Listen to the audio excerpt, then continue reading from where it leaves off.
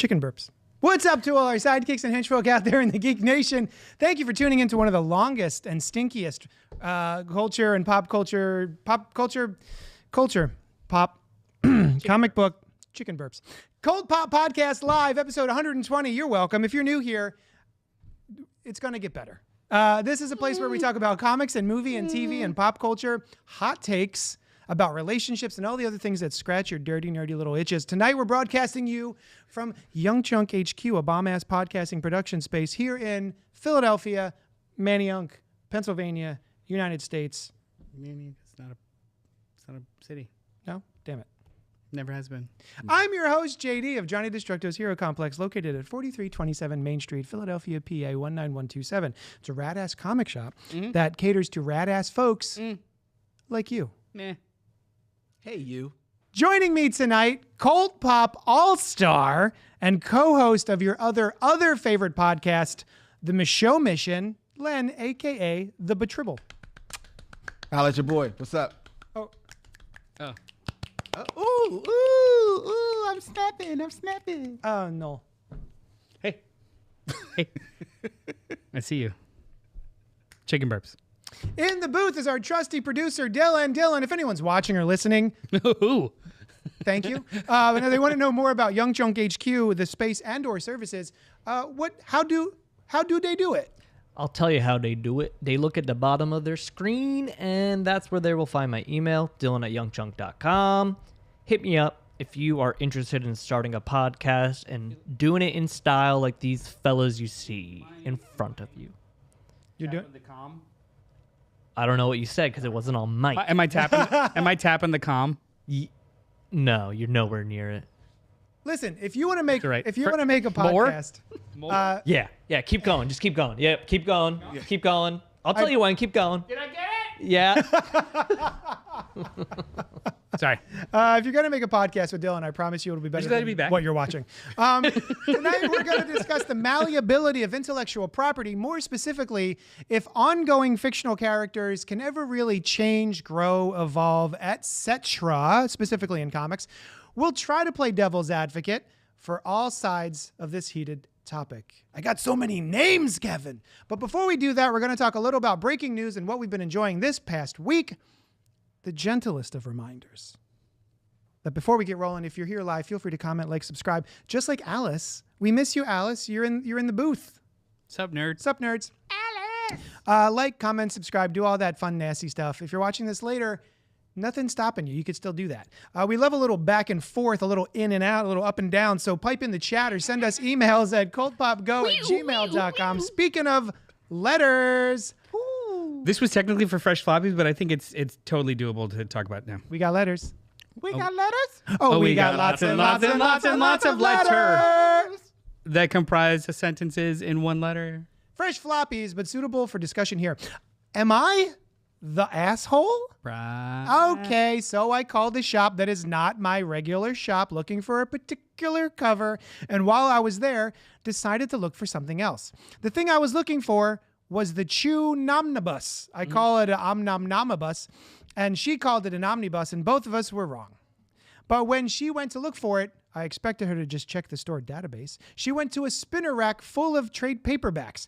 Without thinking, I said, oh no, it would be bigger than those, and thus too big for the spinner rack. And she responded with, I know what an omnibus is. Was I mansplaining or just rationalizing why it wouldn't be on the spinner rack? I'm pretty sure I would have done that if it was a guy clerk. In almost every situation, I'm Ron Swanson in the hardware store. And if I'm not, I will admit when I'm wrong. Also, while I like the most recent issue of Bug Wars by Jason Aaron and Mumad Asrar, I am upset to find out it is only 6 issues. I probably would have waited for the hardcover if I had known that was the case. And it probably wouldn't have been on the spinner rack either. Chris saying saucy good night. Oh, Alice says she misses us. So is Christopher St. Saucy Goodnight the asshole? Was he mansplaining? What do you think? Take us there. It doesn't sound like he was necessarily mansplaining. I think it's just because it was a woman that he was talking to. Yeah. It doesn't sound like he was mansplaining. But depending on his tone, because we don't know the tone in which he gave that remark, it could come across as being maybe a little dismissive or douchey, or that's a good word for it, based on what was said. So I'm going to take him at his word that he probably wasn't mansplaining, and maybe he was just making it like a little, like actually it wouldn't be there because it'll be bigger. Yeah. It would more likely be over here. You know, there's other options that he could have said, but I don't think he was necessarily being an asshole in that. Right. You also don't know what kind of day she's been having. Like maybe the dude before was an absolute twat. Yeah. So she's just like, I know my job to anything. Yeah. Yeah, Right. I don't think she was necessarily Like- wrong in her response. Yeah. You know, because again, I don't know the tone Yeah. that she gave that. Also, point of order. It's neither an omnibus, a nomnibus. It's a compendium. Is it? It is a soft cover compendium. It's 47 issues or 60 issues. It's like that thick. So it's like one of the It's invincible. It's drawings. trade paperback sized and it's soft cover. Yeah. So Wait a minute. It's not an omnibus. So it would not be considered an omnibus because no, they're called compendiums. Omnibuses are like So hardcovers. it's right? called. It is I didn't called. think all the Oh shit! omnibuses Well, are. no, the Dark Horse omnibuses are little soft covers. So who knows? Yeah. Yeah, but it's a compendium. Like Image Comics calls it the Omnibus Compendium. It's a Same compendium. thing like Saga. It's a compendium. Their version of it. It's a compendium. It is a standard sized soft cover of the whole series. Yeah. So her going over to the trade section and not necessarily maybe the hardcovers or near the spinner rack, it's not off the bounds. And we know Chris. He probably just like blurted it out in an effort to like help, but it was fast. You know, like whatever. Yeah, again, like Yeah. you don't know the tone, you don't know the context, 100% of how it was delivered. So I'm going to land on he was not the asshole. Okay. Yeah, don't overthink it. You're fine. Yeah. Eddie Madison's in the chat saying, "Greetings, programs. What's shaking?" Hi, Eddie. If he knew that Bug Wars was only 6 issues, you would have gotten a Hardcover. hardcover instead. If it comes out in hardcover. I'm but- enjoying it in issues. Yeah, I mean, I like endings. If anything, I'm more likely to support this miniseries than Than ongoing. 80 ongoings. Yeah. Yeah, so okay. It's true. Yeah. Yeah. Well, I mean, I famously, if people probably don't remember, I only buy trades. Yeah, you're a wait for trader. Yeah, so right now I am just loving the covers of Batman and Robin Year One and just waiting for the next year when They the trade solicited comes it. out. It's- I saw the Hey, Len, solicit. I have a question. I sent you a text the other day where I was like, "Hey, this Marshall Rogers hardcover's coming out," and you were like, "Oh yeah, I pre-ordered it. Where'd you pre-order it from, buddy?" I pre-ordered it from Tomorrow's, who I already have a subscription with. Oh, all right. Cool. That's a good answer. I was like, well, Amalgam's not around anymore. Who did he pre-order it from? Well, so you actually have a subscription with Tomorrow's? I have a subscription with Tomorrow's for their back issue magazine, Oh, yeah. so that I can just get into. I've got your deliver- 1989 Batman one. You gave it to me. Right. good. And also with the demise of Diamond, they actually have run into like a little bit of problem with their like delivery. So they actually put out a plea for, or a request, let's put it that way, to all of their subscribers to like, hey, if you're interested in any of our catalog, now's a great time to support us as we try to, make the navigate the changeover. Yeah. So I was like, oh, perfect. I'll pre-order my Marshall Rogers and bought a couple other things. So Is that going to be one of those hardcovers? Or is that like a magazine type thing? it's going to be, it's a hardcover. Nice. Yeah, it's nice. He's a Marshall Rogers fan. Yeah, that's all. It's my favorite Batman artist. Yeah, I remember that. The next catalog is going to have Act 4 publishing finally in it. What's that? That's Scott Dunbier's new Oh yeah. imprint, but he made a deal with Image Comics to print it for them. So he's not having problems like that because Lunar and PRH, they're not taking on smaller publishers. Yeah. So when Diamond goes away, places like Tomorrow's, Mad Cave, Aftershock, if they're even still around, have no home unless they try and make a deal with Lunar, and it doesn't behoove Lunar or PRH to cover a tiny Yeah. distributor. So Act 4 is like the Darwin Cook Spirit Oh, oversized hardcover and Jim Aparo artist edition for Batman. Yeah, looks great. nice. Good shit. I miss Aparo. He was great. Anyway, Hi. Oh, we're doing a show. Hey guys, how you guys doing? Sitting here catching Just up. thinking about you. Hey, we're gonna do a segment of the show which I call. oh wait, before we do that, Yeah, I don't want to do that anyway. no, hang on. Kidding.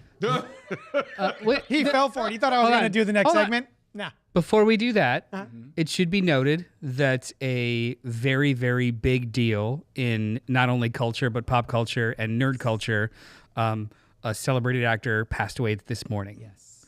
Or late last night, this morning. Val. Val Kilmer Val passed Kilmer. away. 63.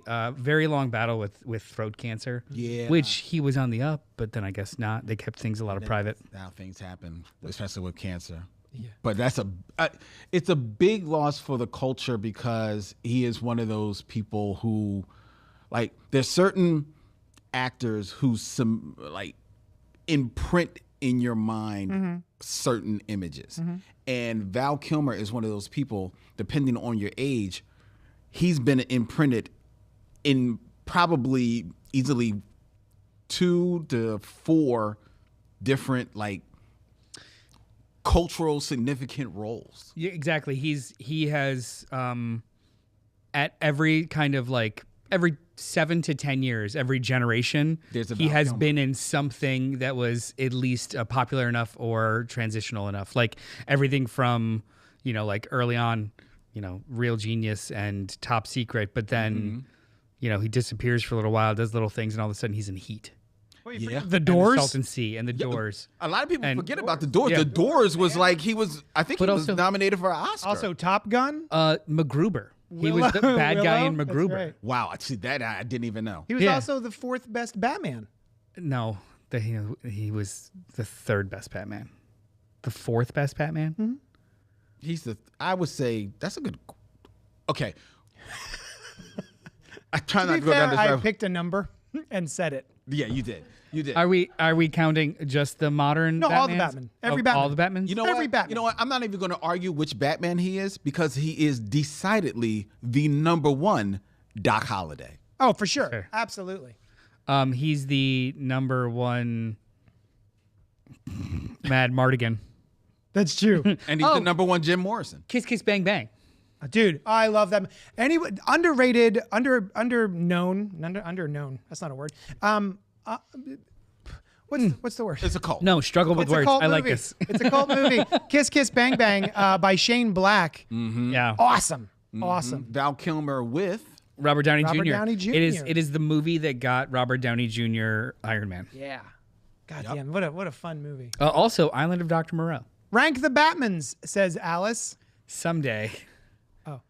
Oh, right now? I mean, how Alice, far are we that's gonna a go? whole other episode. Yeah, all right. You're right. Ranking the Batman. it's just real quick. It's real quick. To give Val Kilmer, he's decidedly the number 1 Doc Holliday, right? Yes. He's the number 1 Jim Morrison. Yeah. Okay, he played along with Even more so than Jim Morrison. Yes. Yes. He played along with Marlon Brando in The Island of Dr. Moreau. All right, he's the one that made it. You know what? worth watching. He makes an ascot work, He does. right? In his He later years, my man was ascotting up and down the block. It was to hide the tracheotomy. Still, That's it makes true. it work. Yeah. And that documentary is Val? It's an amazing I documentary. didn't see it. You should check it out. It's an It's amazing on documentary. the Prime. Is he a good Val? He's excellent Val. Excellent There's cast. no Val like the Val we got. His son does a pretty good job at it. I've They, not- his son did voiceover for the movie. That's right. Yeah. That's right. Okay. Now, in the Batman sphere, Uh-huh. Yeah. okay, I would say that Val Kilmer as Batman is probably the 4th best Batman. However, His Bruce as Wayne. Bruce Wayne, Uh-huh. Good he Bruce is Wayne. probably you could argue 2nd or I 3rd would say second. Bruce Wayne. Yeah. So that puts him probably as Third. 3rd Batman. He averages out. There you to go. Third. Yeah. I agree. No, I agree. His Bruce was great. I do like his Bruce. Michael Got that Keaton, turtle? George Clooney, Ben Affleck, No, this is not in order. I'm just like listing them. Yeah. Michael Keaton. Yeah, George Clooney, George Clooney, George Clooney, George Clooney, Adam West. Dylon. Adam West. Gotta throw Adam West in there. And yeah, I know. Okay, so Michael Keaton, George Clooney. This is not a ranking. Michael Keaton, George Clooney, Adam West, Ben Affleck, Robert Pattinson, Val Kilmer, Christian Bale. So there's only been 7. Do we bring the actor from Titans? Yeah, Ian Glenn isn't, or Ian Glenn. something like that. So just film, live action film, because there's always going to be somebody in the comments of this. It's Kevin Conroy. Yeah, in the comments of this clipped video, it's going to be like, well, Kevin Conroy actually clears all of them. Fuck off. I get it. We're just doing live action. Yeah, it was just 7 of them.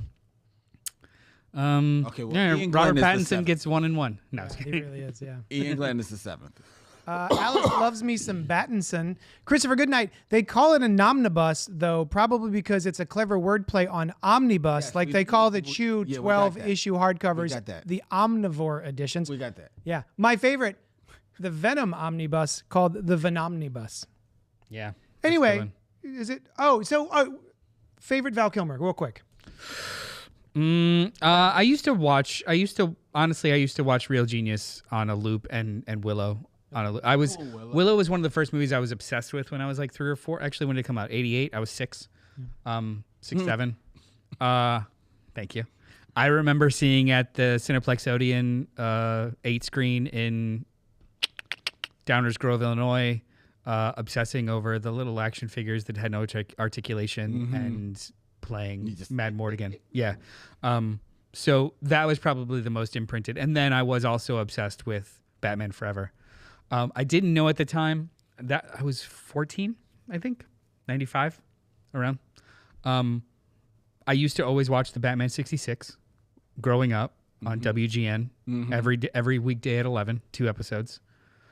I didn't realize until later in life that Batman Forever was a big budget version of Batman 66. Yeah. But for some reason, I just really loved it, because if you watch it now, Jim Carrey is absolutely doing Frank Gorshin. Absolutely. And I didn't, it just never occurred to me. Yeah. So I will, and the score is, Silvestri's score is just absolute. No, Goldsmith score is Jerry Goldsmith. Yeah, his score. It's a little. It's not better than Danny Elfman's, but it's so fucking good. Like the big bells and the trumpets. I remember, because I forced my parents to go, I forced my dad to take me to see it like 3 or 4 times. Because your mom said, I ain't going. Yeah, my mom was like, have fun, boys. The scene at the end that makes no goddamn sense of him jumping down like the giant tube of the elevated island for 45 minutes, them doing a free fall. But that score of him, that whole score of that crescendo that's just elongated, it sticks in my head. I think I will always associate him with Batman. That's nice. Because I absolutely, and I saw movies after that because I I watched Heat too young because I was like, Batman's in it. Batman's in it. Yeah. I I loved it. Who's yours? Tombstone. But also props to him being Elvis in True Romance. Oh, wow. He was the Elvis Bobby. that existed only in Clarence Bodiger's, not Clarence Bodiger's, that's the guy from RoboCop. Clarence Worley's head. Can you he fly, talks to him Bobby? when he's alone. Yeah. And he played True Romance. Clarence, I like you. Always have. Always will. So yeah. Oh, I liked Red Planet. That's not a joke. I actually liked Red Planet. Yeah. Right on.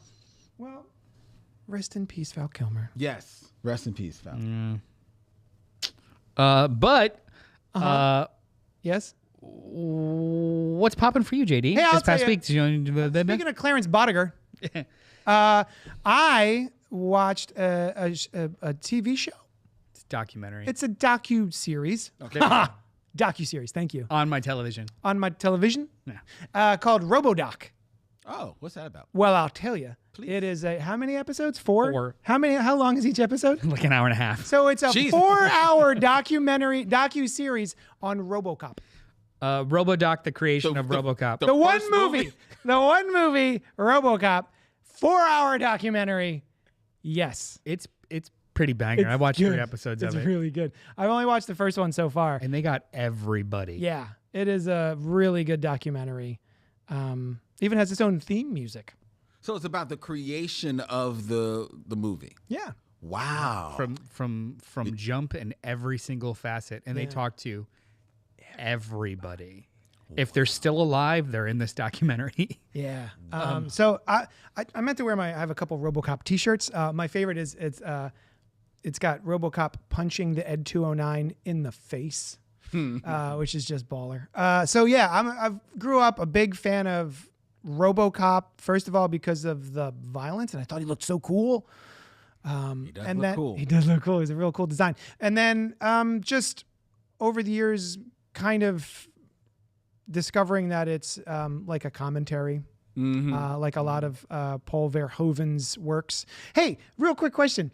I had never heard Paul Verhoeven speaking before. Oh, yeah. And then watching him on RoboDoc.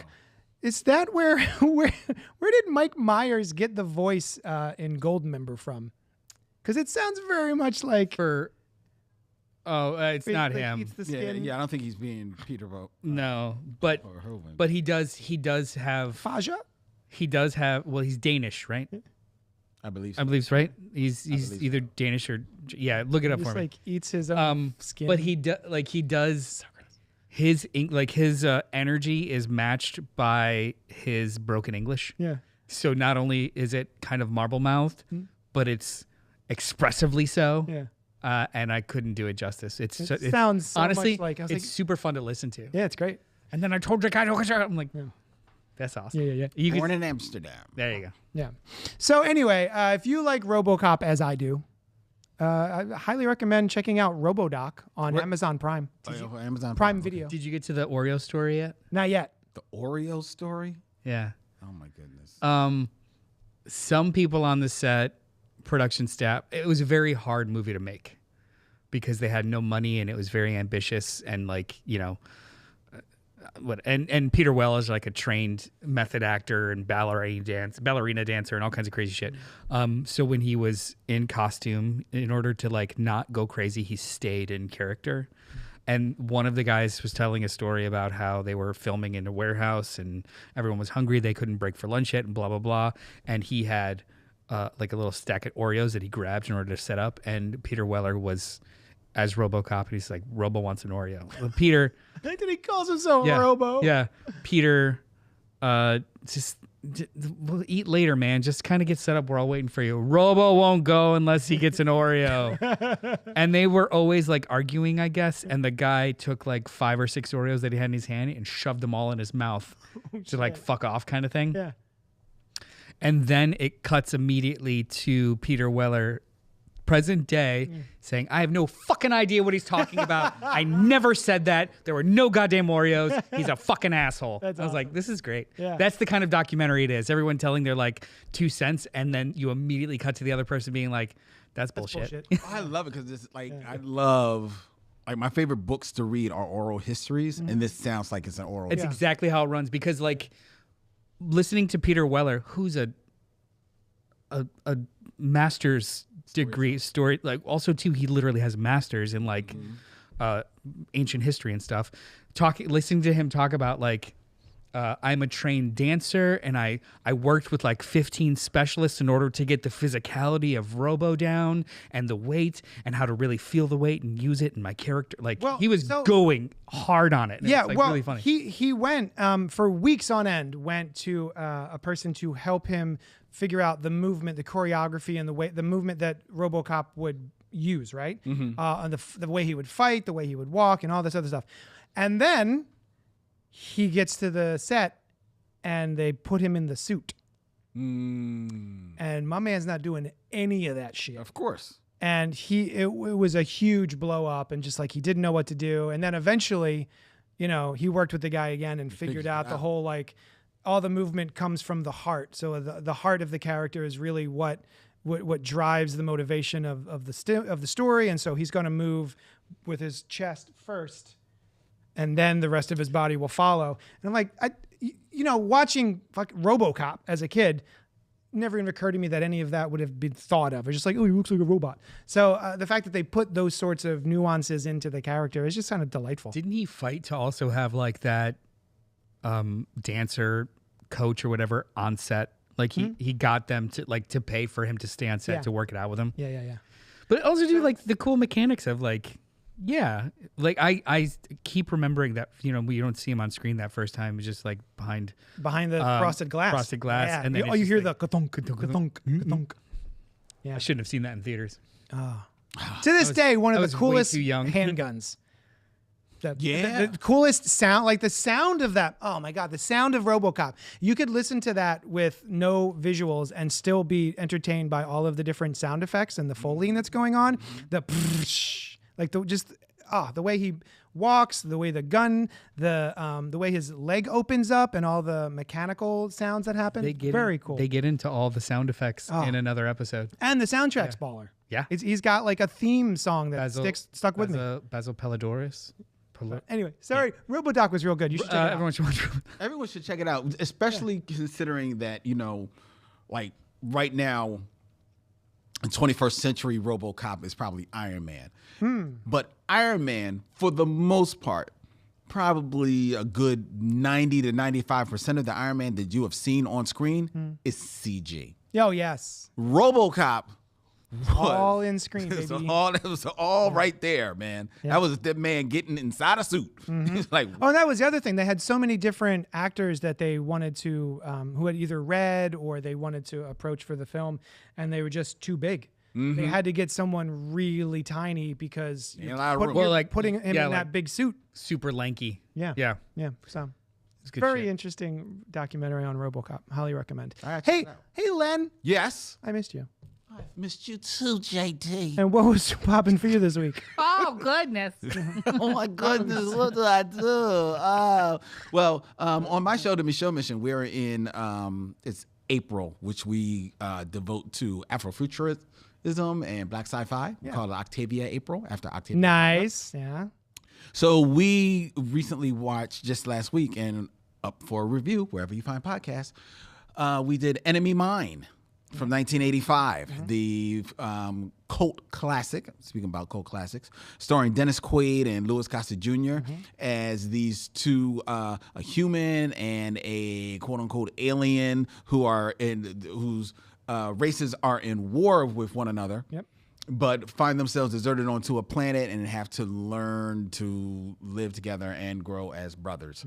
That's where we got that coexist bumper sticker. Exactly. They had to figure that out. Yeah, one of those, like, next to the Star of David is the Drac symbol. It's the Drac symbol. Exactly. Yeah. A lot of people don't know that. Yeah. I don't know that one.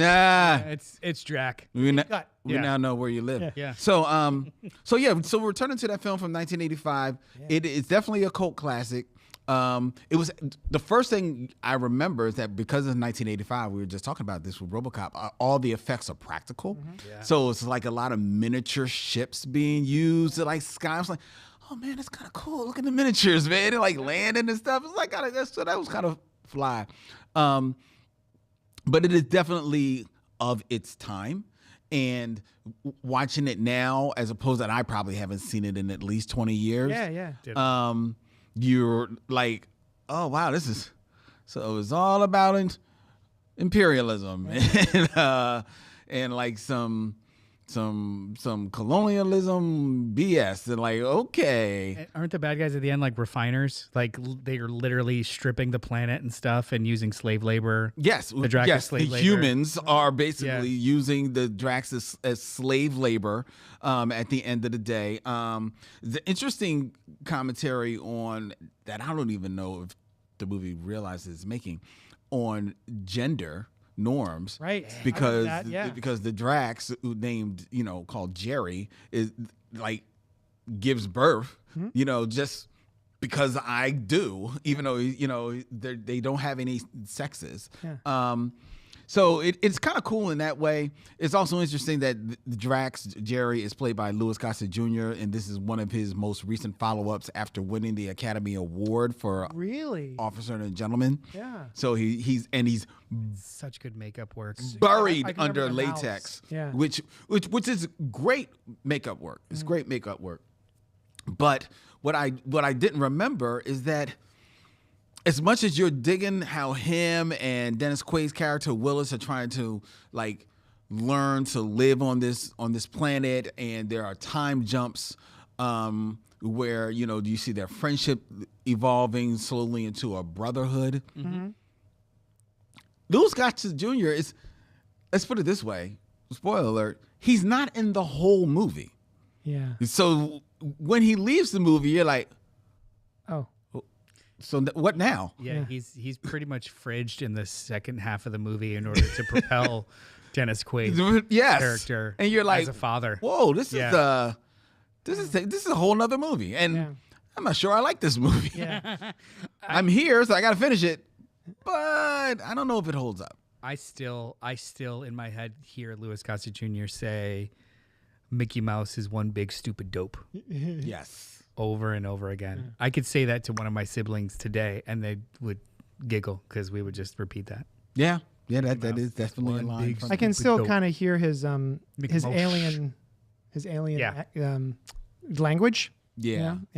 Yeah, so this movie has come up quite a lot recently in the comic shop because there is a series in the Energon universe written by Robert Kirkman called Void Rivals, which is the exact same thing in the first couple of issues. You've got two humanoid races that have been at war for millennia, and two of them are, I guess, dogfighting planes, and they wind up crashing onto a planet, and they have to That literally help is each enemy other mine. survive. Yeah, Yeah. it's literally enemy mine. So many times I've brought up like, oh, you know what, enemy mine?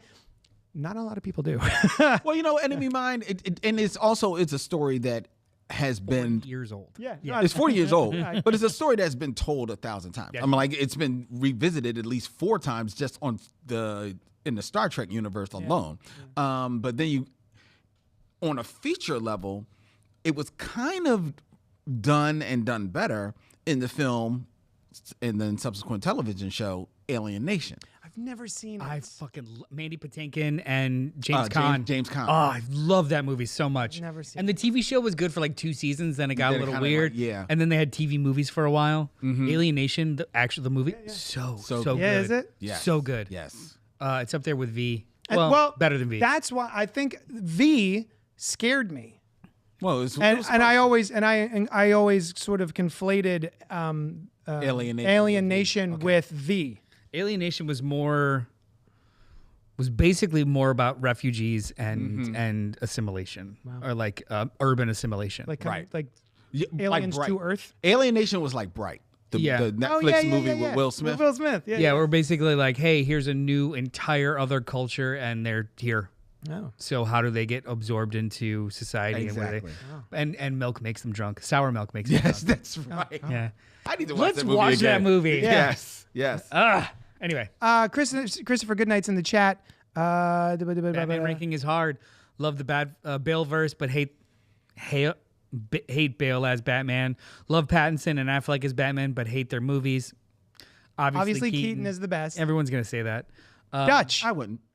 The movie Dutch. What about Dutch? It's awesome. I mean, Dutch is awesome, but like, Uh, it's not a Val Kilmer movie. Two is it? things He's not Michael in it. Caine hates: people who are intolerant of other people's cultures, and the Dutch. There it is. That's right. That's funny.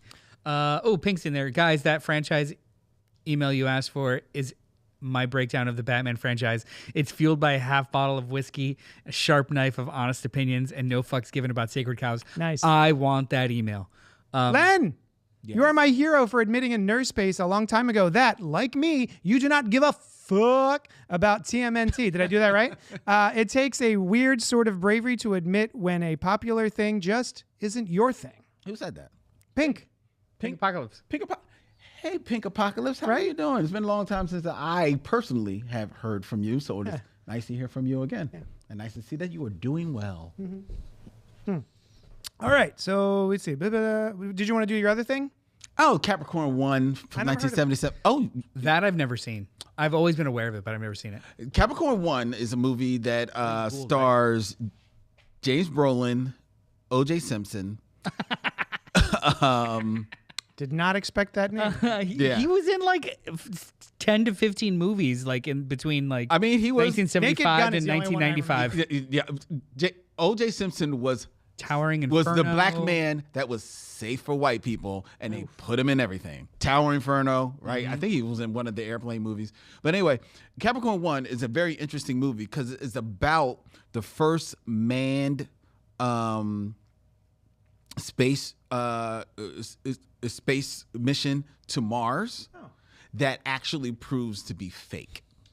Hey now. And Elliot Gould, who is the star of the movie, like kind of like breaks down the mystery behind it. Interesting.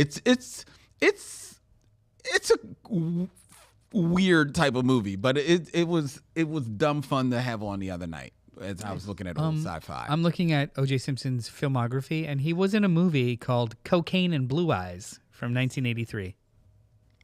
Cool. 1983. I don't need to know. It's about a San Francisco private eye played by O.J. Of course. Obviously. Or Arento James. Was there anything? 1983. I'm curious of whether or not that actually hit. Maybe it was a TV. It could have been a direct-to-video. Seeks a dead client's girlfriend and finds a drug ring run by prominent citizens. OJ. And then he murders him. OJ was never. And look, he's in this movie from beginning to almost the end. He maybe has 4 lines. Neat. And he's the name, but he's maybe has 4 lines. He's not a voice. No. Thankfully. Did you ever see, this is not, Go. Philadelphia Experiment? Yeah. Yeah. Michael Pare? Yeah. I just found it, and I can't wait to watch it. Oh. I remember that from when I was a kid, and I don't know if it holds up, whatever, but I remember really liking it as a wee laddie. It's a very interesting movie. Yeah. It's slow. Oh, Yeah. Because I've watched it again. It's like, the Philadelphia Experiment. It's still on. Jesus. Yeah, it's slow. And I didn't realize it was a remake. There was Yep. one in the 50s. Yeah. It reads like a novel. It is a that's one of the movies up there that my mom used to watch all the time, so I just have like osmosis with it, like that and the first Highlander movie and other things that my mom just would like. She had crushes on certain dudes, and I think Michael Pare was one of them. Oh, sure. So that and Eddie and the City of Cruisers Fire? were just always on. Is that what that was called? City of Fire? Or? Streets of Fire. Streets of Fire. But Fire, yeah. Eddie and the Cruisers was much better. Oh, yeah. Yes, Yeah. yes, I love I- it. Even I've only seen 2. well, one's really one is actually like a good movie. Yeah. 2 is like Cash grab. that's fine. Yeah. That's cool. I've He's still only alive. ever seen 2. Yeah, 'cause Oh, one, you see the first one. one is literally about everyone thinks he's dead. Yeah. It's an investigative reporter like looking for Eddie, and then you don't find out until literally the very end that he's like watching the thing on TV. And It's he a walks very off. cool movie. It's a I've only super seen good it movie. once. That's a movie worth rewatching. Eddie and the Cruisers is absolutely wonderful, Yeah. and the second one is like weird but good. Excellent music. Good John mu- Cafferty and the good Beaver soundtrack. Brown Band. Yeah. That was my first concert. Oh, yeah? Seeing the actual band. That's kind of cool. Nice. I mean, it's There's very like weird, a but it's kinda glut cool. of early 80s movies that I kind of have noodling around back here that I just want to revisit. You should. Philadelphia Experiment's one of them. Hey, Noel, what was popping for you this week? Philadelphia Experiment. No, my wife and I were told by many, many people to try this show. We watched one episode and then ended up watching all 13 available over the course of a week. Whoa. And that is The Pit on Max, the one to watch for HBO.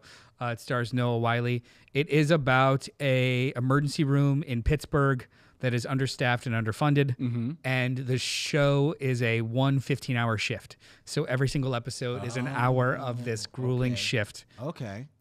It's a spiritual successor to ER. Because isn't he the same character? Nope. Oh, he's not. Okay. No.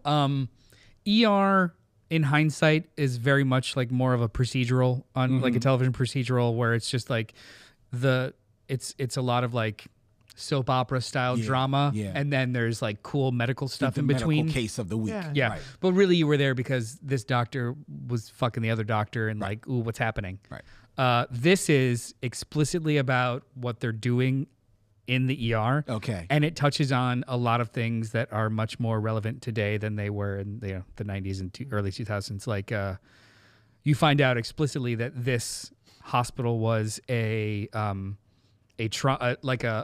large hub trauma center during COVID. So it takes place 4 years later, and a lot of these doctors still have PTSD, and you'll see like flashbacks of them literally like removing people from machines to make the machine helpful for someone else, and then it gets into violence in the ER. You know, like Yep. they're understaffed and people are angry. So like that's an ongoing thing. People are using the ER as a lifeline. Like there's one subplot with a mother basically poisons herself to get her teenage son to take her to the hospital because she's afraid of him and saw like a kill list that he had. Just because like authority figures and there's no other access. Like it goes hard and it's really, really good. And Noel Wiley is absolutely phenomenal. You're piquing my interest. It's Definitely, yeah. it, like every single thing that you see in the news, it's in this show all the way up to a mass shooter event. It is a tough watch, but it is so fucking good. Like so good. I'm glad because I wrote it off immediately as just more ER, which it had its time. I went through a period there where I was watching I was unemployment and I think ER was on 3 times a day, and I would just watch all of ER within like a couple of weeks, and then I was just like, okay, I get it now, I'm done.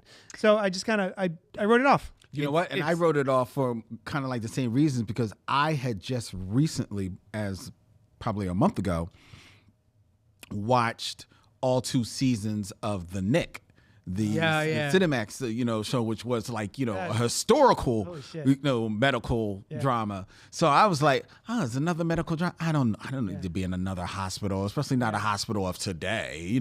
And Noah Wiley, with all due respect, it's not a draw for me. He's like a journeyman actor. Exactly. Never not want to see him, but he sure as heck doesn't really draw me in to many things. But he's always strong. He absolutely is more magnetic here than I've ever seen him before. Wonderful. And it really is like the show feels like 24 and ER had a baby that is 10 times more mature than either of its parents. Okay. Because it's on Max. Yeah, the one To to watch for for HBO. Yeah. But it is a very addictive, very, very good.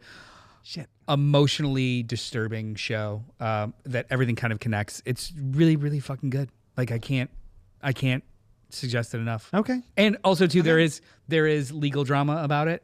So when they were developing it, apparently it did start as an ER revival, which was very quickly abandoned, and because they wanted to do something completely different. But then Noel Wiley continued to, develop it with John Wells. He actually wrote a couple of episodes. Oh, John Wells. Who is West Wing fame. Oh, yes, and one of the original producers of ER. Also. ER, yep. So they developed it as something different. When they started to, settled on it's going to be the Pit and it's going to be an hourly format and blah blah blah, the estate of Michael Crichton sued. God, that's right, because he's sued I forgot HBO. anything to do with that that. he was Yeah. ER. Yeah. Wow. He's a co-creator of ER. I didn't know that. The estate, because he died in like 2008 or something. He's been dead for almost 20 years. Their estate sued Max and the producers of you're just trying to capitalize on ER, and basically HBO was like, it's different enough, and for you to say that we're not allowed to just have a show that is in a medical center without starring one of the people from the original ER. I mean, I get it. It went to watching the show exponentially different. Like just the same setting and one shared actor is not enough, but it's kind of wild that it's going to arbitration, I think. Oh wow. Yeah. All right. And maybe they'll get a nut. But either way, they've already approved for a second season and it's going to be next January. So very good. Speaking of hard watches, did you watch Adolescence? I have not. God damn. I've heard it's incredible. Yes, it is. Anyway, watch Adolescence. Hey. What I did watch. What about? What? Yes. I'm sorry. Last thing. What I did watch though was The Residents What's that? with Uzo Aduba. Oh, on Netflix. Yes. Is it funny? Oh my God, it's so funny. Oh my God, it's so funny. It's basically a murder mystery set in the White House. Oh yes. With Uzo Aduba. Yes, that's her name. Thank Orange you. Is the New Black fame. Yes. Playing What did they call her? Cordelia. Big Eyes? Or Crazy Eyes. Crazy Eyes. Yes, she plays Cordelia Clark, I believe. I might be the detective in the movie in the show. Bronson Pinchot's in this bitch?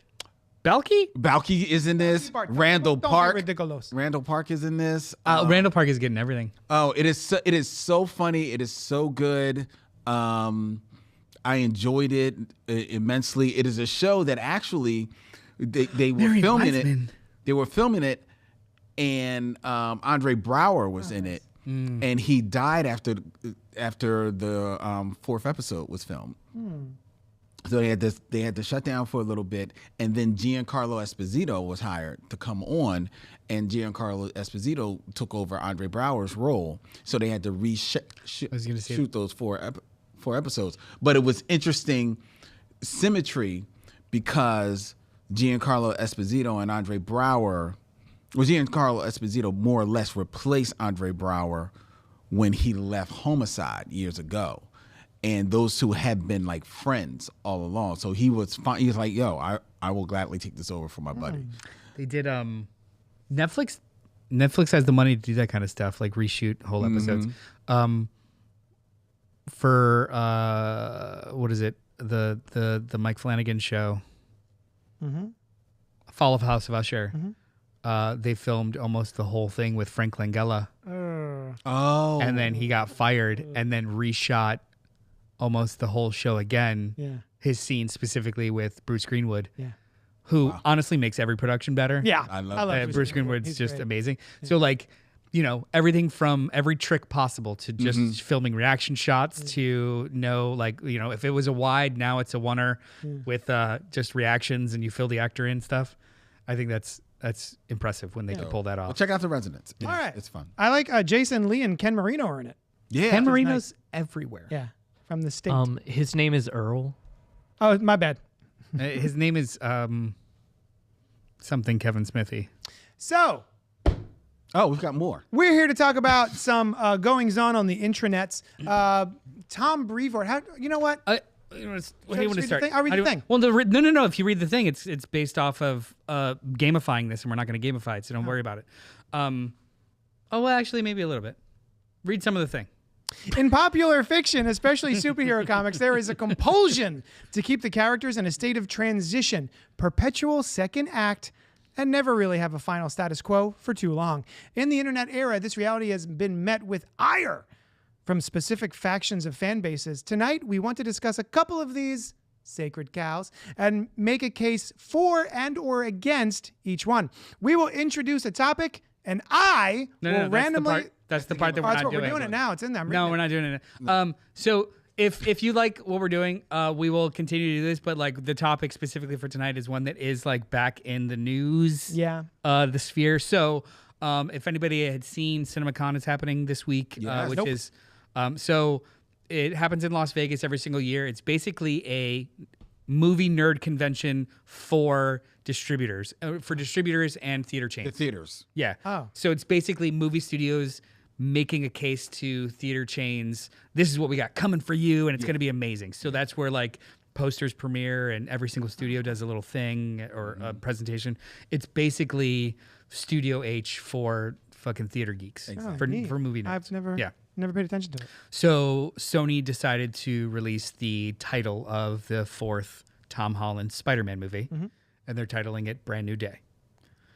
Which for comic fans of our age range, that title elicits a specific response. It's triggering. Yeah. It's triggering. Yeah, it's very triggering Kinda like Clone Saga. to a lot of people. Yeah.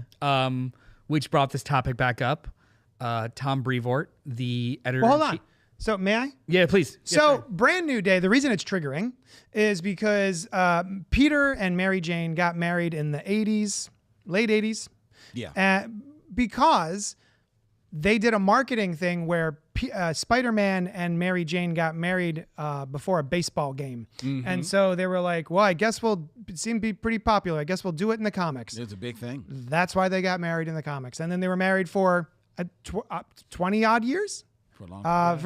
For a very long part of my life, they were married. Or the 90s. They were married, and then Joe Quesada comes along and makes the decision. Peter should not be married. I do not like this wedding. I do not like the marriage. They certainly shouldn't have a kid, et cetera, et cetera. So they created a story while J. Michael Straczynski was writing Amazing Spider-Man, a very popular, I think, very good run for the most part. And he wasn't really interested in this story himself. So did he take his name off of it? No. His name's on it, It's still- but it was still- mostly not really him writing it, from my understanding. It was more Quesada. So the long story short is, in order to get rid of the marriage that everyone had been used to for 20 odd years, Mary Jane makes a deal with the devil Mephisto in order to dissolve their marriage, having never happened. It also brings back Harry Osborn from the dead, who died maybe 10 years ahead of that. And then The precipitation of that, though, is he revealed his identity, and that's true. Civil War happened. and it wasn't just my friends are in danger. It was also because I actually just reread this earlier or late JMS last run? year, the JMS run. I had completely forgotten. It was mostly to save May's life. Oh, 100%. because she was dead. She took a bullet. She took a bullet So- to the chest and was dead. So it was, we'll bring her back and put my secret identity in the back in the closet, back in the bottle. And he refused to do it, and Mary Jane was just like, "I'll make the choice for him. He's a dummy." Yeah. Yes, Mary do Jane it. makes the. But makes I the want deal. to remember. Or what was She her wants to caveat? She wants to remember, Yeah. so she does, but no one else does. Yeah. So it did not go over well with fans. This mystical element to a ground level hero, like all of a sudden, Peter or MJ are just going to make a deal with the literal devil. That it didn't really sit well with a lot of people. But in my opinion, brought about Brand New Day, which I think was better, right? Like, I feel like once we got over that hurdle of this wasn't the best way to handle this, but the stories after that were a lot of fun. So that's kind of where we're at with Brand New Day, right? I think so. Did I cover it? Personally, so like So then Tom Brevoort. when are we going to get into the arguing it, because I think there's a couple of like really good pieces of this. But yes, this past week, Tom Brevoort in his weekly Substack.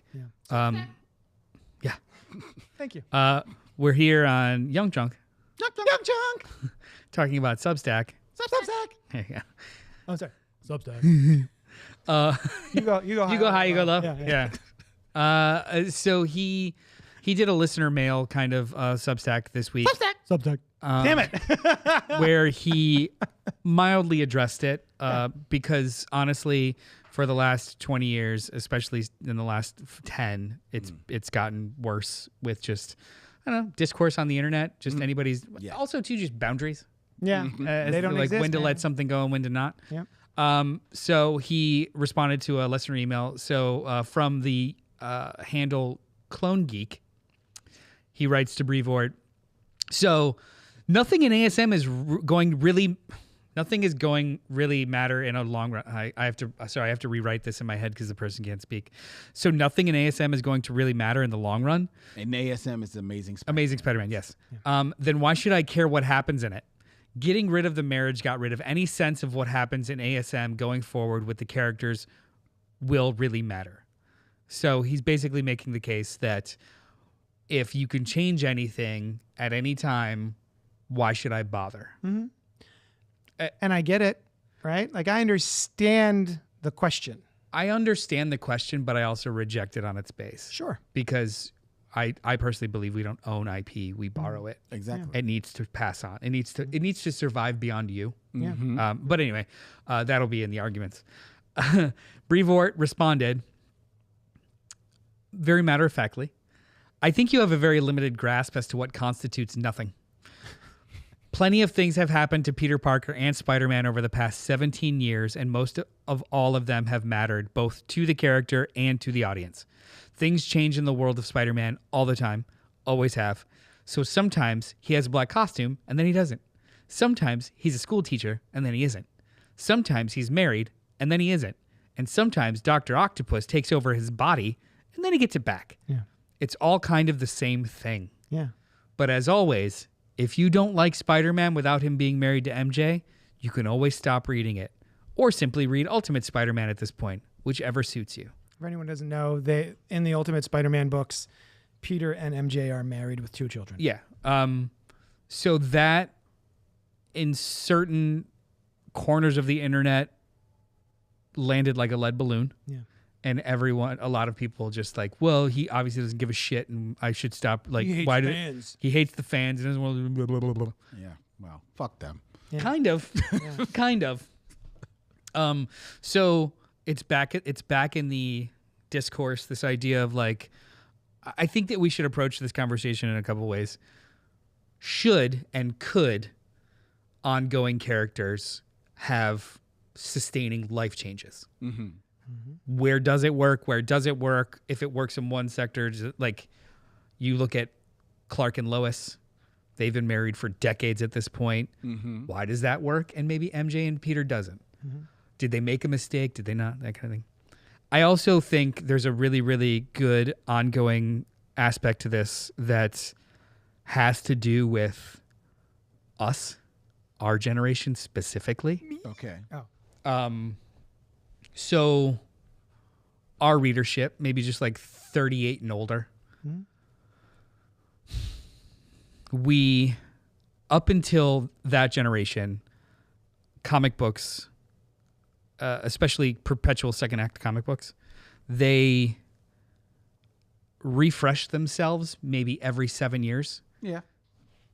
And then during our generation, not only did we have something like the internet kind of bring it back, but then also the readership got bigger, the cartoons, the toys, the consumerism around it got massively more and more exponentially bigger, and we became readers 10 times longer than they intended in general. Yeah. So we are always competing. Like, we weren't supposed to keep reading comic books. They just kind of grew up with us. Yeah. Mm-hmm. So when a choice is made to bring new readers in, it doesn't take into account our experiences over the last. So like this, we're the first generation to have it this long or to like experience it this long. Mm-hmm. And I understand how that feels like we own it and it's ours, but we have to keep remembering like it will die with you if it doesn't keep refreshing itself. Mm-hmm. So I think that they have gotten into a good clip of cake and eat it too. You know, like it keeps refreshing itself. It's in TV shows, in movies, in comics. There's Ultimate Line that does this. There's Renew Your Vows that does this. But there is still a contingent of 40-year-old neckbeards who, if it's not explicitly the one thing, it all doesn't matter. Yep. And they that's will harass you online about that's perpetual. Well, that's the difference. The Shit. difference is that the discourse is now immediate and available to be right there in your face and visceral. Like before, you could it just be out there in the world and you maybe just get the sense of it. Yeah, or get published in the back of the comic, maybe. Maybe, Yeah. you know, or maybe it was in Wizard. They were blowing up about it. But it's like what they don't realize, the 40-year-old neckbeards, is that they actually are in the golden age because you're, as opposed to when this originally happened, the original Brand New Day and Mary J taking the deal. Even though they had that option, they didn't choose to have the option of just having it be this story and then creating another Spider-Man. It was years later that, you know, like now you can have this storyline. This Spider-Man can live in this storyline and live on, and you can follow that storyline. There can be main one discourse. I remember years ago, I said, this was probably about like 5-6 years ago, that I said if Marvel and DC were smart, they would do away with floppies. I'm sorry. Yeah. As a retailer, but they would do away with the floppies as they look right now. Yeah. And all of those continuing series, they would just go to trade paperbacks, and people would buy the stories that they like. And then if you wanted to have a continuing story of Spider-Man, Batman, Superman, or whomever, you make that for the kids and teenagers that continues on, and then maybe and they just live in that world. And they live in that world like Archie. They change with the times as far as their hair and stuff, but it basically is the same story. Yeah. And if you Simpsons, want something a little bit more mature, You can follow Batman White Knight's universe. You can follow Mark Waid's World Finest universe. Yeah. You can get in where you can follow Ultimate Spider-Man. You can follow the Ultimates or the Avengers. You get in where you fit in, and then you get a little taste of other things, and that's the way that is a winning formula, especially for the world in which we live in right now. Does that thematically push against a little bit of Marvel's? I think that would work with DC. It doesn't work with Marvel because Marvel's whole idea is world everything outside your happens. window and everything happens. But you know what? Marvel says that stuff. Yeah. And yet there's Ultimate Spider-Man where he's married with 2 kids, right? Yeah, but it's still an ongoing struggle, a thing. At the same concurrently with, I don't know, like I do go like there's some things I prefer in trade and would happily adopt every 6 months versus every month. Same. But there is something, and this is probably just the old head, there is something especially about the ongoing characters that is more satisfying in periodical chunks. Maybe just Spider-Man and not even Batman anymore. Maybe just Spider-Man and Avengers. For some reason, those 2 books, I hope read. Yeah. Nice. And they're boring in trade to me. But a Batman series is fine in chunks. I don't know. Like that's more subjective. Batman, more than any other character in the comic book realm, really thrives in trade paperback like one shots. Long Halloween. He's got a sequel, Dark Victory, sure. Hush, so on and so forth. Like there's just so many little. You could just buy one book. And you don't have to read Batman ongoing. It's still a top 5 book every single month too, though. Yeah, the comic. The single issue comic is still a crazy ass seller. To go off of publishing and back to sort of maybe the conversation at hand, we also were the first generation, correct me if I'm wrong, where the 50s and the 60s and the 70s, continuity didn't really happen. Not really. Right? Not really. Superman, Lois pick Lane and would be choose. black one issue, and then she would be a dude the next issue. She walked out of a machine. She wasn't just all of a sudden Lois Lane was black. Yeah. But I mean, like, there was no continuity to speak of. Everything was like, I did this drug this month, and this is the Superman story that happens. Right. So it's not until I think Crisis on Infinite Earths in the 80s. Are you saying that Marv Wolfman ruined everything? Yes. Okay. Yeah, he did it. It's his fault. Your fault, Marv. Everything. So, and then, Crisis happened because I guess editorial thought that people were too confused by all the different disparaging versions of the characters. And then from then on, there was this doctrine of trying to make everything sort of fit into a continuity that had never really existed before. And that is what we all grow up on, thinking that that's the thing that matters because they keep trying so hard to nail it down. Well, that's not necessarily true. Because No? I think the whole idea of continuity really comes in with Marvel having all of their heroes set in New York City, Right. and them running into one another, It and was then more- you would. In the comics, you'd see the caption. Oh, this is when he ran into Daredevil. And Yeah, Daredevil number. I love that stuff. And then DC tried to adapt that, and that's when it really became a thing. So it really the continuity became this big issue with the creation of Marvel. This is a weird version of horseshoe theory. You guys are familiar with that, right? Tell me. Like extremist on this end and extremist on this end end up kind of becoming more similar to each other because it's just a horseshoe, like how extreme you get. The idea of continuity being a major selling factor for Marvel and DC potentially wanting to emulate that or ride that. Now we've gone so they create a shared continuity and kind of like how better or worse that works. Now we've come completely over to the other side in the last 50, 60 years to the point where there are infinite channels and platforms and imprints and formats where continuity doesn't have to matter, but we've all been trained for the last 50, 60 years to think that it's the only thing that really matters. Yeah. Meanwhile, What really happened? I was like, even though What fictional thing really happened? Ultimate Spider-Man, yeah, exactly. Even though it's all fake, all of it. Let's calm down. Even though all of it is made up, we somehow think that one is primary and the rest are just others. Mm-hmm. And that's so fucking weird. That's super horseshoe. Right? Like we are literally in a media ecosystem where it should matter less. Mm-hmm. But because we have so many places to scream about it, it seems to matter more. Exactly. Exactly. Like Nick Lowe is the editor for Amazing Spider-Man, and he'll just post on Twitter or wherever, "Happy New Comic Book Day, everybody!" And so many comments and replies will be like, yourself. Yeah.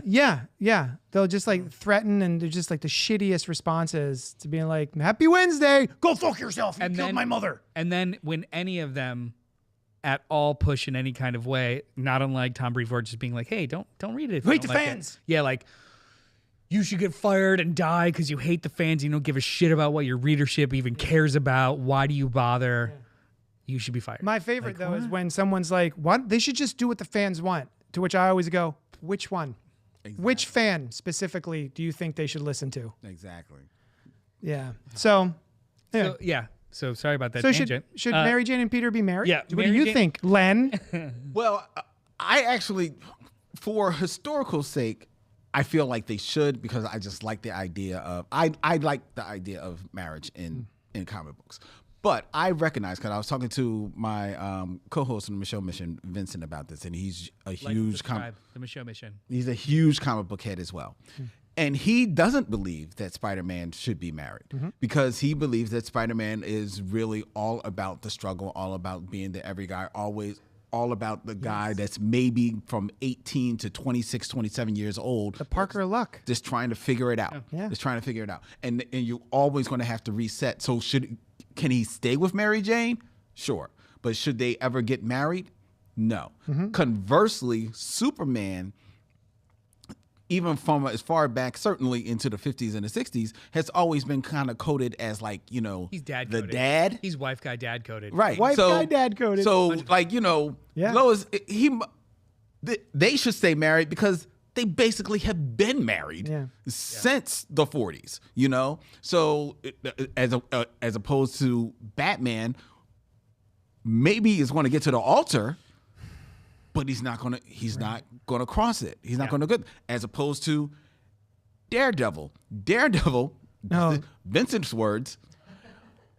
All his women, they should always die. Yeah. So that because he's suffering that Catholic guilt. Yeah. So and when he broke that down, I was like, man, that's dark, but it's real. Yeah. It's true.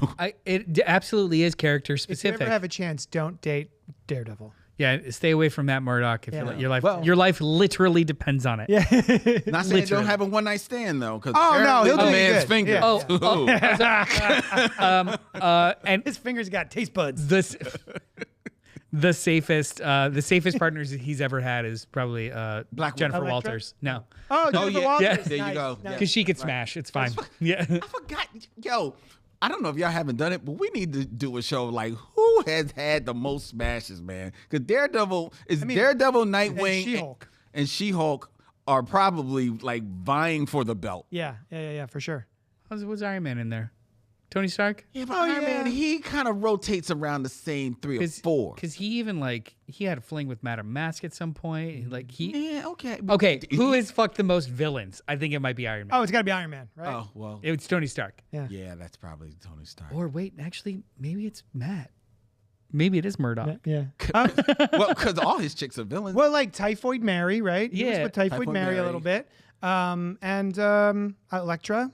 Was she a bad guy? She's an anti-hero. She's an assassin. So when are they getting married? Yeah. I also too think like it's I do not think that as much as I really, really love the JMS run, as much as I enjoyed their relationship, that had to run its course because yes, Peter is in perpetual second act. Mm-hmm. He is the everyman, right? The heart of gold, constantly figuring it out, constantly choosing others over himself. Yeah. For him to get a win as big as, partner for life, right? It could only work for short periods of time because he still needs the struggle. Yeah. So even though it's happening in Ultimate Spider-Man, it only kind of works because it's a full family, and he grew up not Spider-Man. He grew up with the goal of starting this family, and now he is Spider-Man. Yeah. And that's the conflict. That's The conflict. That's the that's the conversation. Not I grew up this thing and now I get my happy ending. It's I had my happy ending and I chose to be a hero. Right. That is a completely different thing, and that's why I think it works on one end and not necessarily the other. I do not think that Peter always has to be a baby brain, though. No. Because We've talked about this with Yeah. Dan Slott, the writer. Dan Slott sometimes codes current adult Peter, which is somewhere in the range of like 25 to 32 years old. And I think he keeps getting older because generationally we're all a little dumber. Like 30-year-old is still 30-year-olds. 25 years ago, a 30-year-old should have 5 kids and married. Yeah. Now a 30-year-old maybe sometimes has to move back Just home moving out. or just got out of college, right? So it's a different culture, and I think he does code as like late 20s, early 30s. But when they write him as a 15-year-old making very stupid mistakes or choices in the moment, that doesn't In really his 30s. Yeah. that doesn't really comport with me. It's more along the lines of I know this is the right thing to do even though it's harder. I'm Parker and that sucks. Not I'm going to try and push this button. Like no, dude. Yeah. You're an adult. Not a dummy, but an adult. And I think my takeaway with MJ and their marriage was, and I've said it, I think, multiple times, I had them married for over 20 years. There are only so many times Mary Jane can be kidnapped, murdered, or is shown sitting at the window staring out into New York City as it rains, wondering when's Peter going to get home and if he's okay. Or she's a shrew who fights with him Yeah. because he doesn't show up for their relationship. Yeah.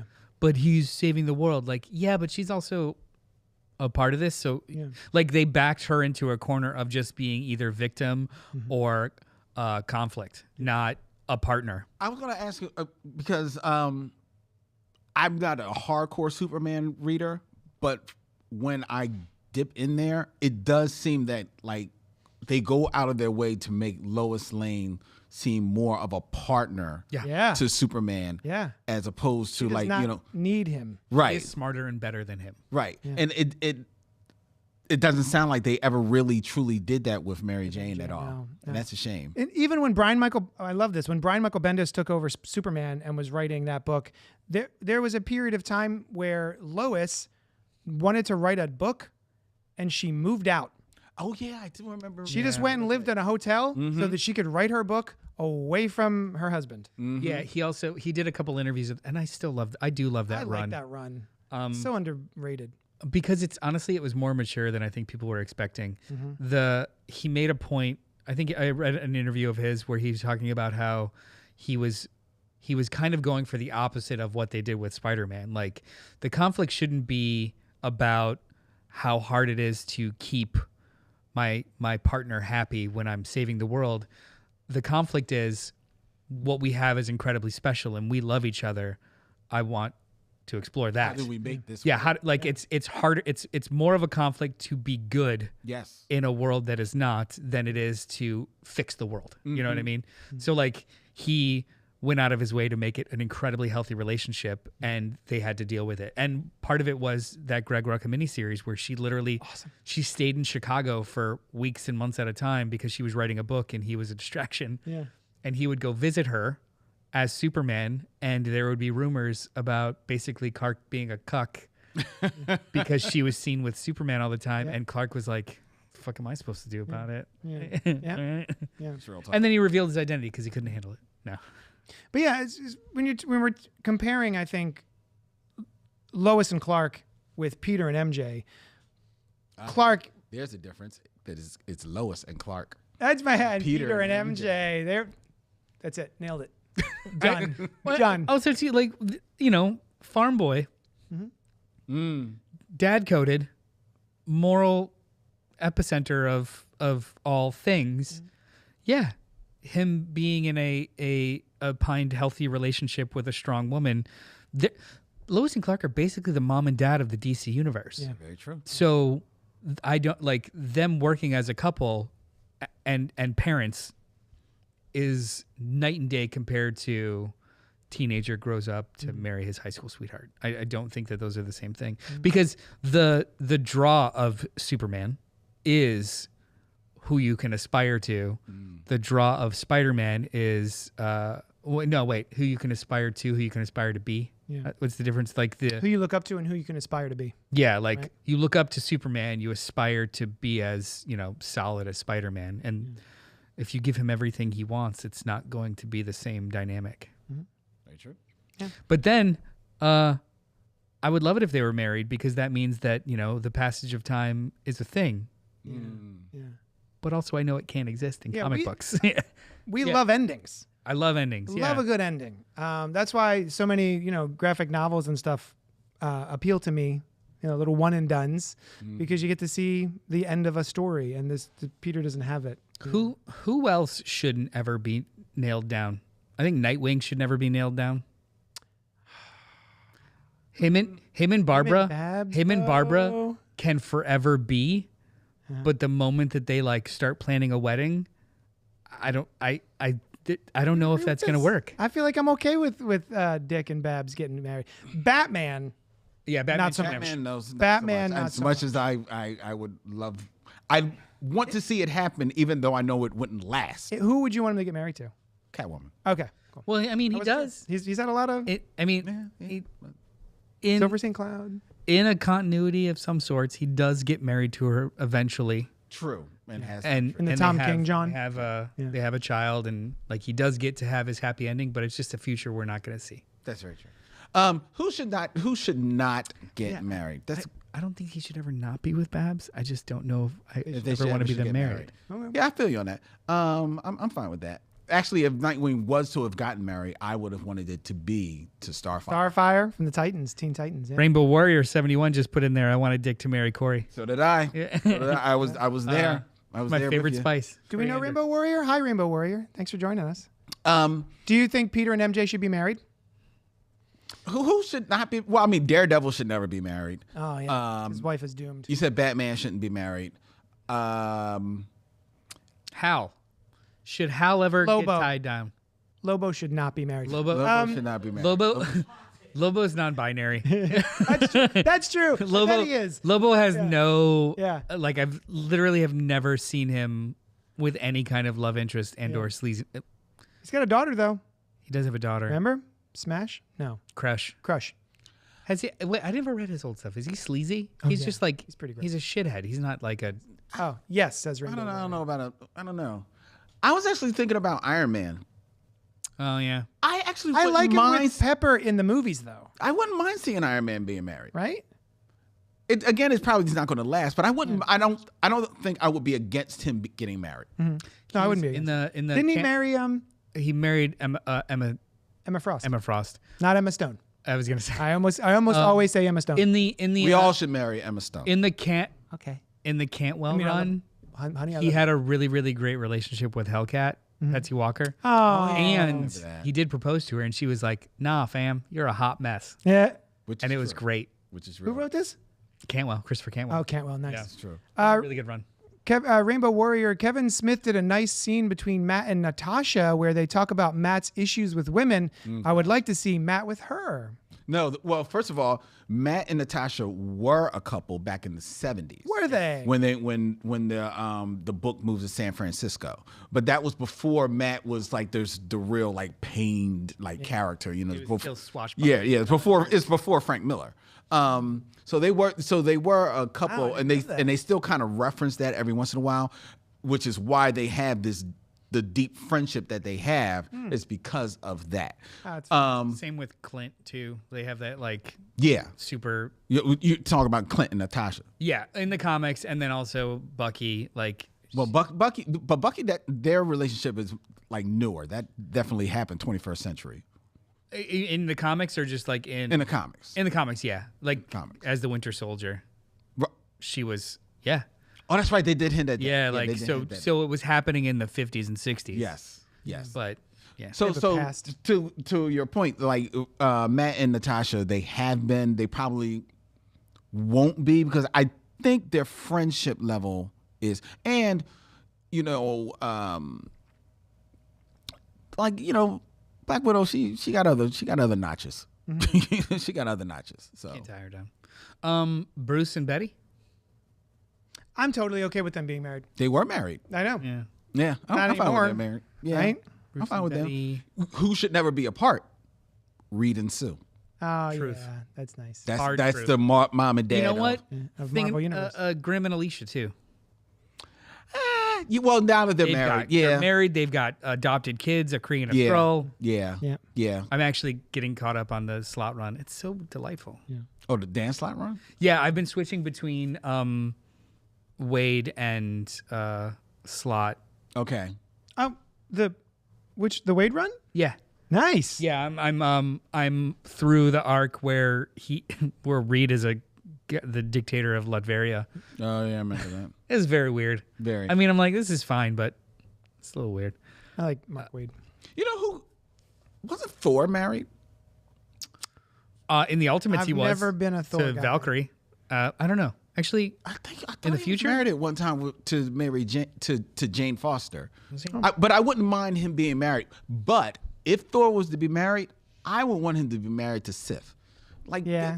throw the woman a bone. Like, she's been pining for this dude for like ever. Like, he was smashing with Beta Ray Bill for a while. Whoa. please, Whoa. please. Yeah, it was in the She comics. was like, doesn't have I just want a lips. hammer.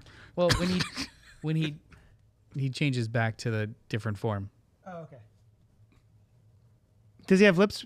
Yeah, he Normally? looks more like It's like just a horseman? when he's not Horseman? Jack like Bojack? powered up with Stormbreaker. He looks more like Norrin Oh. Rad. Like Norrin just- Rad? Yeah, he's Oh, he's like a just- human? Yeah, he's got a Oh, no human. shit. Yeah, Like I said, I've never been a Thor guy.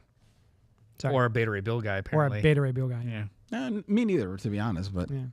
I wouldn't mind seeing him married. Who should and shouldn't be married in comics? Well, we're the only two people on God's green earth, I think, that like Peter with Felicia. Oh, dude, Peter and Black Cat is perfect couple. I love shipped them hard. I love it. No, Why are you shaking your head? No. What's going on here? She's too morally why. ambiguous. It's not She's too attractive. I agree. Yeah. fair. Peter can't pull that. Yeah.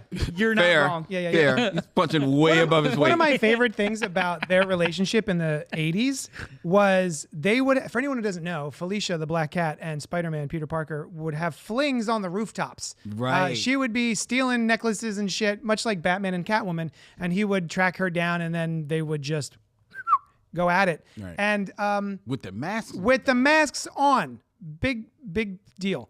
And then at one point, he takes his mask off, and she is horrified. She's just like, oh no, that's what you look like under there? So like, she would be like, how about if we just keep the masks on, babe? Yeah, she had no interest in Peter Parker whatsoever, thought he was just hideous, and only wanted to have a relationship, sex Spidey. with Spidey, which I thought was, as a kid, I was like, whoa, that's what a neat idea. Like for a comic book, just it's the first thing I'd ever experienced something like that. My wife now makes me wear the mask all the time.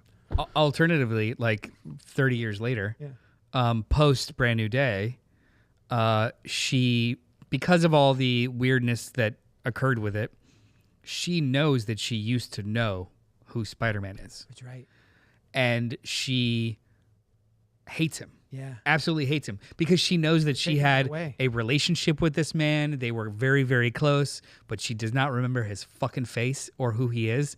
And she it basically taking her agency away. Yeah. Yeah. And that whole arc was one of my favorites. It actually made me fall in love with her even more. Is that when she became sort of like the kingpin of It was after of that. New Dan York? Slott did his best to ruin her. Yeah.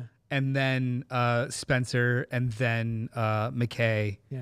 kind of revived her. Did some made work. her more of a character that's not a dummy. That was a weird heel turn. yeah. her. She literally was responsible. I mean, they even retconned a lot of it. Like she was responsible for like 500 people dying, and they retconned all of that. Oh, jeez. Yeah, they don't know what to do with her.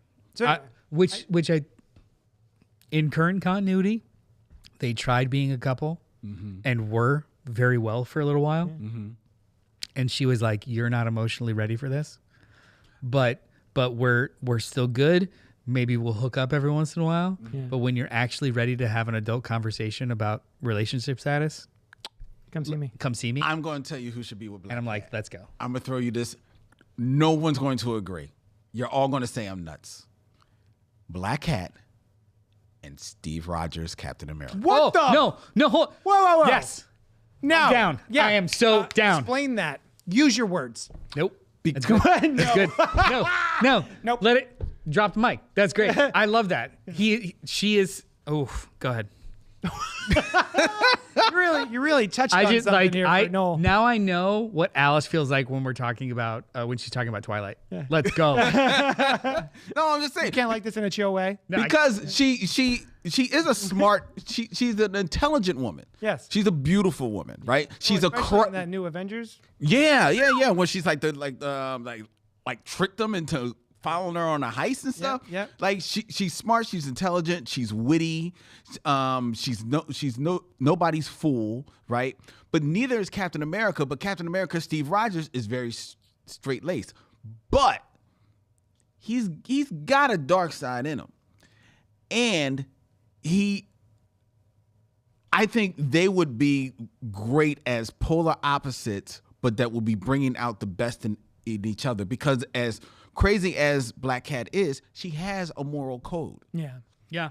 And so does he. And as morally upright as he does, he can go there if he need to. You know, I sling a shield. A lot of this conversation you were talking about best friends. It was Matt and Natasha, which made me think about Steve and Natasha in the MCU and how kind of their friendship, and I could kind of see them getting together. And she's got sort of the same vibes as Black Cat, so I can kind of see where you're coming from. Agent Carter's really great, though. Oh. Her and Steve are really great.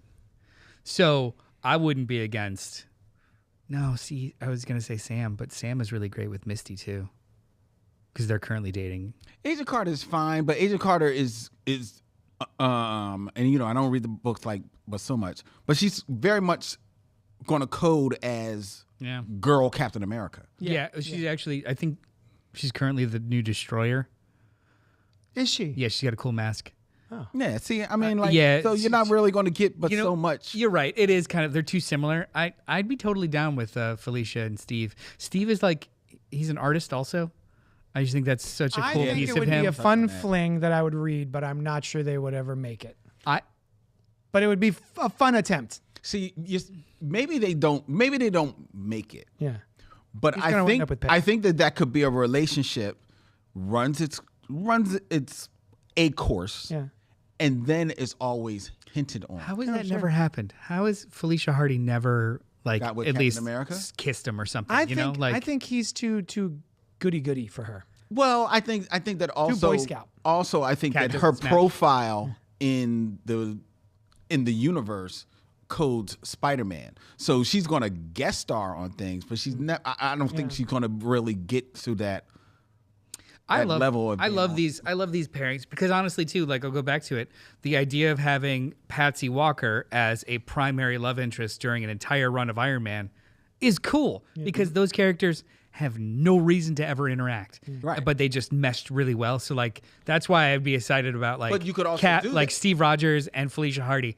That's hilarious. Well, you could also do that Absolutely because hilarious. probably at the time nobody else is doing anything really with Patsy Walker. That's true, and that's not necessarily going to be the case with Black Cat, especially now. What about She-Hulk and Cap? Nah. I have a question. I was never He a big. did flirt with Ms. Marvel back in the day. Oh yeah. So did Peter. That was cute. It only lasted very short. She's too very, much for him. Very quick. As in, she would not tolerate anything about him. Yeah. You'd be like, true. what are you, a fucking child? What's happening? Why are you saying You don't even know how to make food. Go away. popcorn? Yeah. So I didn't really grow up reading Captain America or Thor. Those are kind of blind spots when it comes to Marvel. But who's Diamondback? Was she a villain? Because I remember at that time when Ron Lim, around the 300 issue era of Captain America. The pink hair? The Serpent Right? Society? Yeah. Right? Yeah. Didn't they have a thing going on? Wasn't she a villain? Or was it just a flirt kind of thing? Because I remember reading about her in that era. way seem back. to remember them having something going on. I don't know whether or not it ever got consummated. Yeah. But they probably had like a little thing going Yeah. on. Yeah. So that speaks to your Felicia Hardy as well. Of like, he does got a little bit of a. No, yeah, no. I mean, look, Cap He's got a dark side to him. did his thing. He did some things. Not a lot, but he did it. Every once in a while, people have fun with him. Anybody else who shouldn't be married? I mean, I think this goes to You know who needs to get married? this goes to the Silver Surfer. That dude needs. I think he's been married. this goes to the that guy. He's just like- always always traveling. Just He's crying always on a surfing. surfboard in space. What? To wrap up a piece of this conversation, I don't think any of them really, very few of them should be married Yeah. or at least coupled forever. Especially if you want to, and only specific like tier of superhero characters, cape characters. Well, because Superman's pretty much been coupled forever. That's what I mean. Like they need to code as being coupled, or they have to be malleable enough to be coupled and not. So that's what, like, as true and real as it feels for Dick and Barbara to be a life mate couple, there needs to still be that danger of they get separated and then come back to find each other again. Not unlike Bruce and Selena, not unlike Peter and MJ. We literally go 5-year cycles where they do get back together and then something happens. Yeah. Like, so there has to be a flexibility to it. That's true. So I don't know if any of them should be married. Yeah. And I'm only talking about like cape shit, like big 2 cape shit. I understand. Mark Grayson, fucking have 80 Invincible. kids. Let's go. Savage Aunt Dragon. May, Savage Dragon? Aunt May, Dr. Octopus, Do it. get it. Although I miss Willie Lumpkin. Aw. Remember him? Didn't Yes, I he? remember. He dated May for a hot He second. did, right? yeah. Yeah. Oh, Sue and Reed, coded as family. They're in forever. You know what I want to see more of? Thruples. Hickman on the moon, the X-Men up on the moon, Wolverine, Jean Grey, Cyclops. So to Thruple. me, that's not even the interesting part. The interesting part was he created a society where death doesn't matter. Yeah. So they did explore relationships without like the same types of ramifications. That's the cool part of it. Not, I don't know if I want to read superheroes like planning which shows they watch with which partner and how, and like the difficulty in scheduling thruple shit. Like that's not interesting to me. To you. Yeah, no. It's Yeah, fine. yeah. You watched Temptation Island with her. That was our night. Kind of. Like that's You the were kind of, supposed to watch. it becomes the details. Yeah. Like with like you know, if the entire book is about the difficulty of the details, great.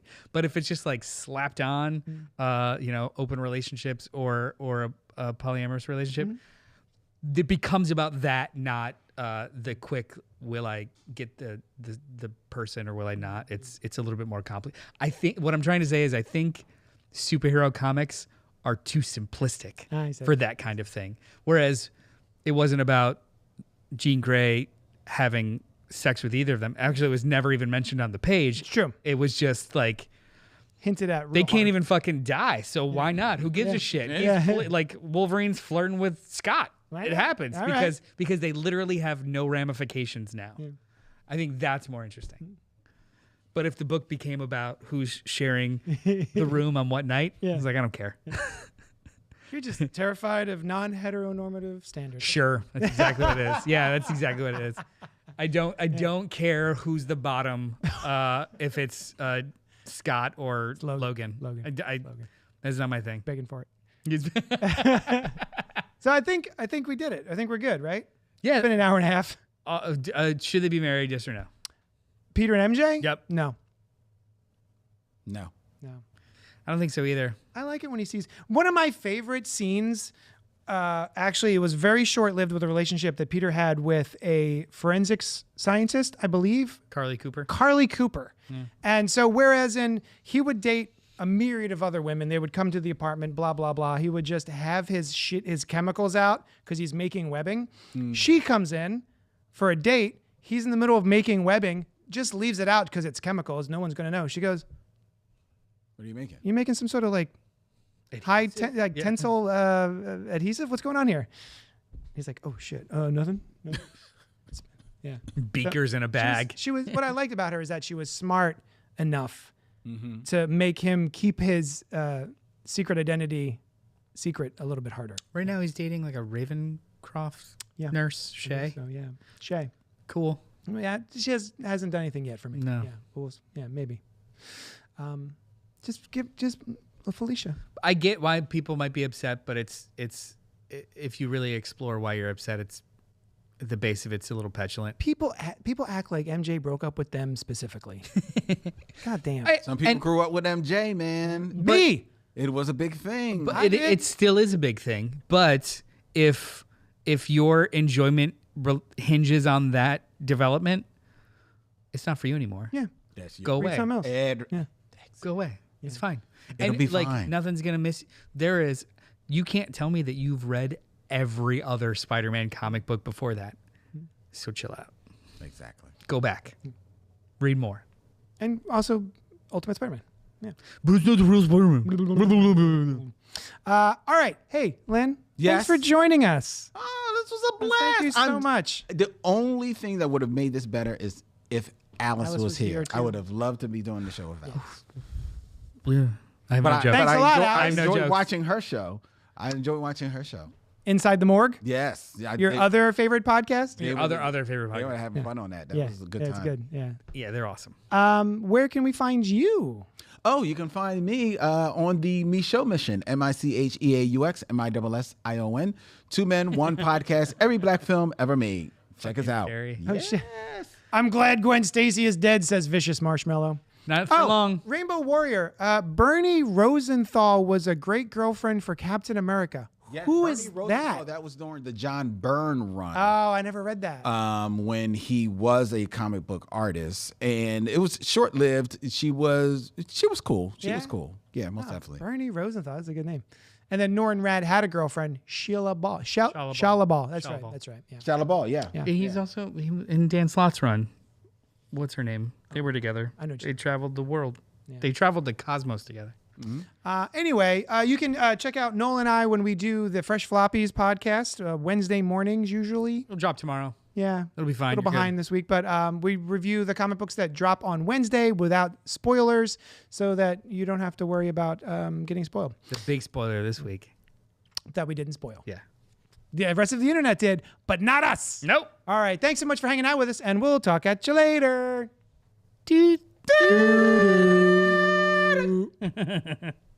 Fridge Girl rules.